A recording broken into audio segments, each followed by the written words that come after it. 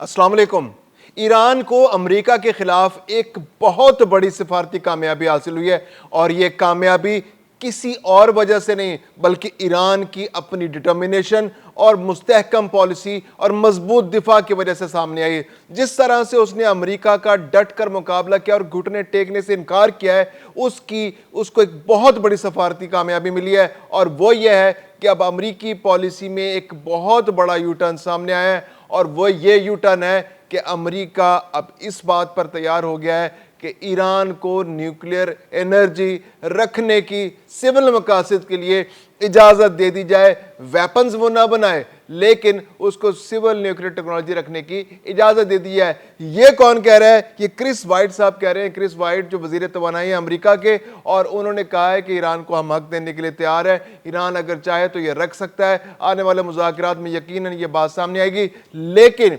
एक बात है कि ईरान न्यूक्लियर वेपन्स नहीं रख सकता, ईरान न्यूक्लियर एनरिचमेंट जो है वेपन ग्रेड की नहीं कर सकता, और अगर ईरान करेगा तो IAEA के ज़रिए इसकी निगरानी की जाएगी या जो भी बाकी ज़राए उससे निगरानी की जाएगी। और जब कभी भी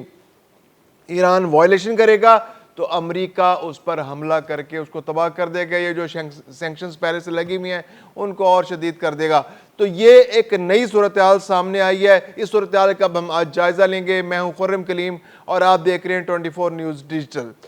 आज जो सबसे बड़ी इसमें जो अहम बात है वो ये है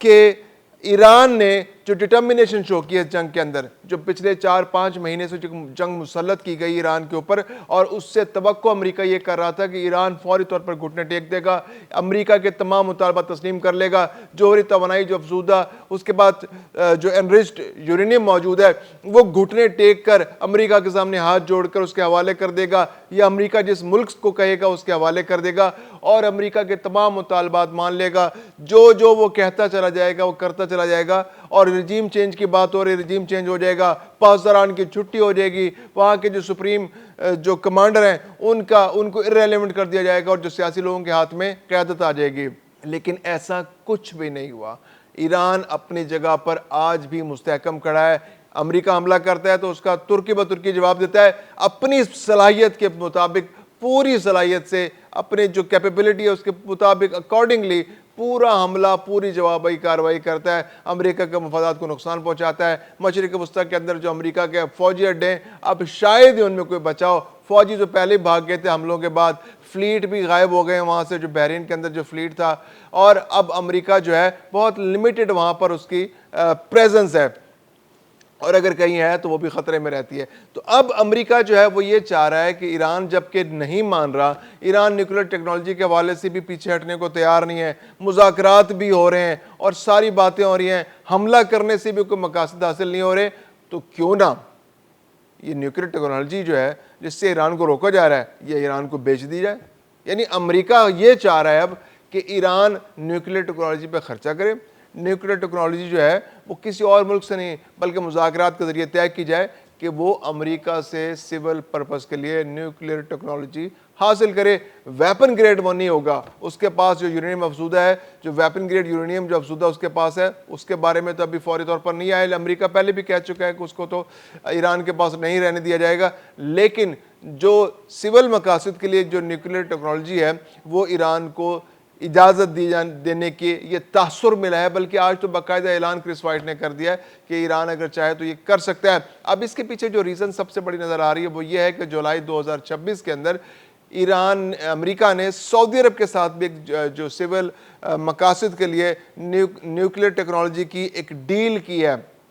अगरचे वो कुछ खटाई में पड़ा हुआ है मामला, और कभी कहा जाता है कि वह इब्राहिम अकॉर्ड जो है उसके साथ उसको मशरूत किया जा रहा है, कभी कुछ बहाने बनाए जाते हैं और कभी ये तासुर मिलता है कि नहीं उस पर फौरी अमल शुरू हो जाएगा। तो अमेरिका अब ये चाहता है कि जैसे सऊदी अरब के साथ उसने एक डील बनाई है सिविल न्यूक्लियर टेक्नोलॉजी की, बिल्कुल उसी तर्ज पर ईरान के साथ भी एक न्यूक्लियर टेक्नोलॉजी की डील बनाई जाए। उस टेक्नोलॉजी की जो डील के अंदर ये तय किया जाए कि ईरान जो है वो सिविल मकासद के लिए बिजली पैदा करनी है, जो भी मकासद जो सिविल मकासद हैं उनके लिए ये यूरेनियम अफसूदा कर सकेगा, और ये इसकी निगरानी की जाएगी। IAEA मौजूद होगी, जो भी मैकेनिज्म तय होगा उसके ज़रिए अमेरिका निगरानी करेगा। और अगर ईरान ज़रा से भी शक पैदा होगा कि वो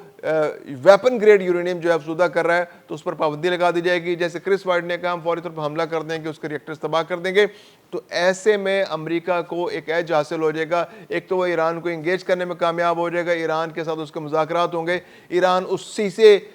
ٹیکنالوجی خریدے گا, اسی سے ٹیکنالوجی اس کے لگے گی آ کے, اور پھر امریکہ اس پر ایک نظر رکھنے کے لیے ایک کنٹرولڈ مینرز میں ایک کنٹرولڈ ایک انوائرمنٹ ہوگا جس کے اندر امریکہ اپنے کنٹرول بنائے گا ایران کے اوپر, اور اس کے ذریعے طے کرے گا ایران کتنی یورینیم افزودہ کر سکتا ہے اور کون سے گریڈ کے افزودہ کر سکتا ہے, اور صنعتی مقاصد کے لیے بجلی پیدا کرنے کے لیے اس کی یورینیم کتنی ہوگی, کتنی مقدار میں کرے گا, یہ بھی طے کیا جا سکتا ہے آئی اے کے ذریعے. یا امریکہ ایک میکینزم بنا سکتا ہے ایران کے ساتھ اگر ان کے مذاکرات کامیاب ہو جاتے ہیں تو امریکہ کی ایک نگرانی ٹوٹل اس کے اوپر بن جائے گی ایران کے اوپر. اور پھر یہ کہ امریکہ نہیں چاہتا کہ اگر سعودی عرب کے پاس یا ترکی اگر کسی وجہ سے ایران نیوکلیر ٹیکنالوجی حاصل کر لیتا ہے, اور پاکستان کے پاس تو پہلے ہے, اور ایسے میں جو مکہ معاہدے کے بعد اگر سعودی عرب کو بھی یہ ٹیکنالوجی مل جاتی ہے اور وہ کسی وقت اس کو ویپن گریڈ میں کنورٹ کر سکتا ہے, تو خطے میں ایک ایسا توازن رکھا جائے, کیونکہ سعودی عرب اور ایران کے تعلقات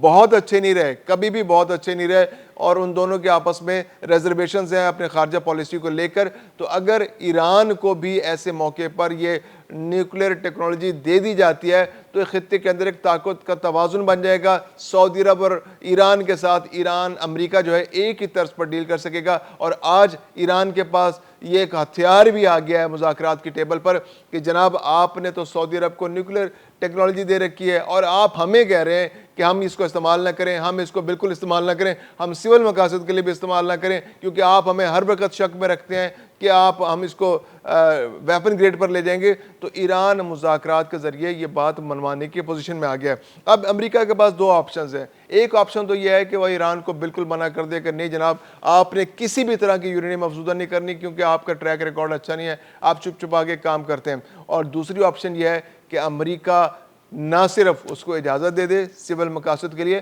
بلکہ اس کو بیچ بھی دے اور اس کے ذریعے اس کے اربوں ڈالر کی کمائیاں کرے. اور پھر یہ کہ جو ایک ڈالرز جو تیل کی قیمت کے تیل کے ذریعے جو ڈالر ایران کے پاس آ رہے ہیں اس کا ایک بڑا حصہ امریکہ کے پاس رہ جائے. اور پھر اگر سول مقاصد کے لیے امریکہ اور ایران کے درمیان جوہری توانائی کا کوئی معاہدہ ہوتا ہے تو اس جوہری توانائی کے معاہدے کے تحت دونوں ملکوں کے درمیان ایک اسٹریٹجک پارٹنرشپ بن جائے گی. اور یہ اسٹریٹجک پارٹنرشپ جو ہے امریکہ کے لیے سوٹیبل ہوگی اور خلیج فارس کے اندر اور مشرق وسطیٰ کے اندر اس کا ایک پارٹنر بھی بن سکتا ہے آنے والے دنوں میں. یہ ڈیپینڈ کرتا ہے کہ یہ مذاکرات کتنے سنجیدہ ہوتے ہیں, اس کے اندر امریکہ کتنی فلیکسیبلٹی شو کرتا ہے, کیونکہ ایران کی جانب سے ہمیشہ مثبت مذاکرات کیے گئے ہیں کیونکہ امریکہ کی جانب سے یہ جنگ مسلط کی گئی, اسرائیل کی حمایت میں یہ جنگ مسلط کی گئی, بلا جواز مسلط کی گئی. اس میں نقصان بھی ایران کا ہوا, ایران کی لیڈرشپ بھی شہید ہوئی, ایران کے جوہری توانائی کہ جو سے ریلیٹڈ جو سائنسدان ہیں ان کو بھی شہید کیا گیا, پاسداران کو بھی شہید کیا گیا, فوجی قیادت کو بھی شہید کیا گیا, مذہبی لیڈرشپ جو ہے اس کو بھی شہید کیا گیا. صرف سیاسی لوگ جو ہے ان حملوں سے محفوظ رہے, انفراسٹرکچر بھی کسی حد تک تباہ کیا گیا. تو اب امریکہ جو ہے وہ کوشش کر رہا ہے کہ ایران کو کسی طرح سے انگیج کر کے سول مقاصد جو جوہری مقاصد جو توانائی کا جو معاہدے ہیں اس میں انگیج کیا جائے, سعودی عرب کے مقابلے میں اس کو کھڑا کیا جائے اور یہاں پر ایک طاقت کا توازن بنایا جائے جو خطے میں ایک امریکہ کی جو اسٹریٹجک ڈیپتھ ہے وہ بڑھ سکے.